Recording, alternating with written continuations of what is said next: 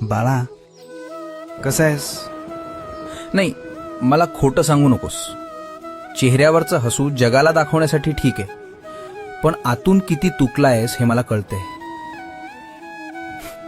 तुला प्रश्न पडलाय ना की माझं काय चुकलं, मीच का, स्वामी माझा ऐकत का नाहीत.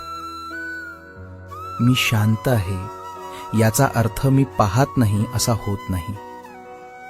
मी तुझ्या संयमाची परीक्षा घेतोय.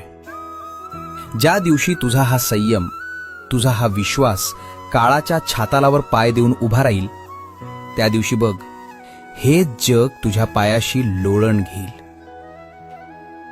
माझं नाव घे आणि टाक एक पाऊल पुढे. अग्नीतून जा किंवा पाण्यातून, तुला सुखरूप बाहेर काढायची जबाबदारी माझी आहे. भिऊ नकोस, मी तुझ्या पाठीशी आहे.